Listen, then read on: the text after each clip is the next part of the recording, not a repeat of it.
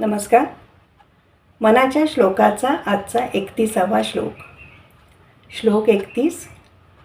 महासंकटी सोडिले देव जेणे, प्रतापे बळे आगळा सर्व गुणे, जया ते स्मरे शैलजा शूलपाणी, नुपेक्षी कदा रामदासाभिमानी.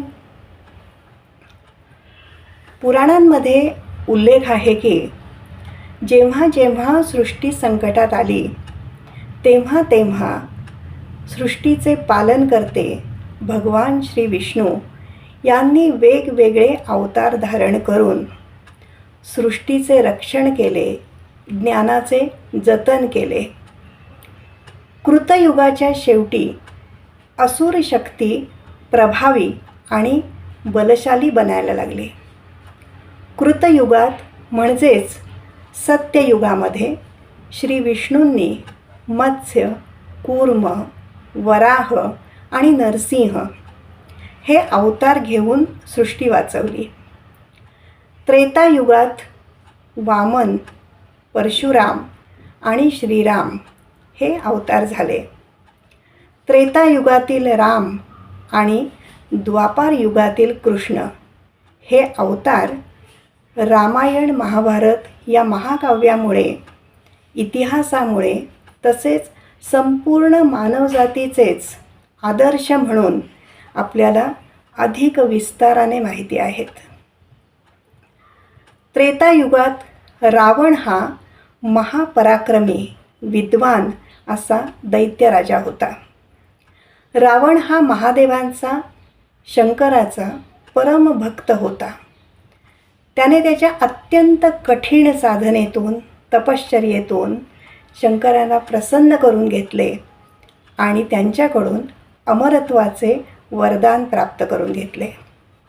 पण त्यानंतर मात्र त्याचा अहंकार, स्वार्थ आणि अनीती यांना काही सीमाच राहिली नाही. असुरांची शक्ती अधिक प्रभावी होऊ लागली. सगळे देव, ऋषीमुनी हे संकटात आले. रावणाचा नाश करण्यासाठी भगवान विष्णूंनी राम अवतार घेतला. संपूर्ण रामकथा विविध माध्यमांमुळे आपल्याला चांगलीच माहीत आहे. राम हा सत्यवचनी, धर्माचे पालन करणारा, एक पत्नी व्रत असलेला, प्रजेचा कल्याणकारी, निर्मोही आणि स्थितप्रज्ञ असे विशेष गुण असलेला महापराक्रमी राजा. अशी त्याची ओळख आणि त्या ओळखीचा वेगळा ठसा आजही मनामनामध्ये दृढ झालेला आहे. साक्षात भगवान शंकर आणि देवी पार्वती हेही रामाचे स्मरण करतात. या संदर्भामध्ये पुराणामध्ये एका फार सुंदर कथेचा उल्लेख आहे.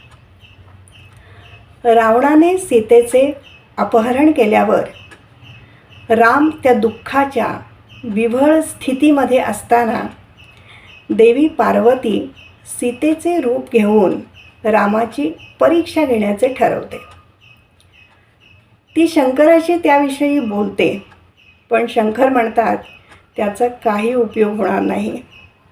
रामाकडून ओळखण्यात कदापिही चूक होणार नाही हे भगवान शंकर आधीच जाणून असतात. सीतेच्या रूपामध्ये जेव्हा देवी पार्वती समोर येते तेव्हा त्यांना पाहून लक्ष्मणालाही क्षणभर वाटते की साक्षात सीतामाईच आलेली आहे. पण ती जेव्हा रामासमोर येते तेव्हा मात्र राम लगेचच हात जोडून उभे राहतात आणि अत्यंत विनम्रपणे विचारतात, माते, आपण इथे एकट्या कशा आलात? भगवान शंकर कुठे आहेत? पार्वतीला तत्क्षणी रामाची थोरवी लक्षात येते आणि केल्या कृत्याचा खूप पश्चाताप पार्वतीला सहन करावा लागतो. हे रामाचे सर्वगुण संपन्न अद्वितीय असे वेगळेपण आहे. समर्थ रामदास म्हणतात, स्वर्ग, पृथ्वी आणि पाताळ या तीनही स्थळी ज्याचे अधिराज्य आहे असे हे रामतत्व. रामाने रावणाचा नाश करून सर्व देवांना महासंकटातून मुक्त केले. असा हा महाप्रतापी राम स्वतःच्या भक्तांचा कायम अभिमान बाळगतो.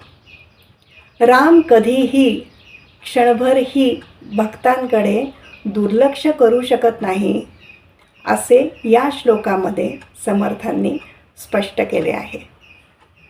धन्यवाद.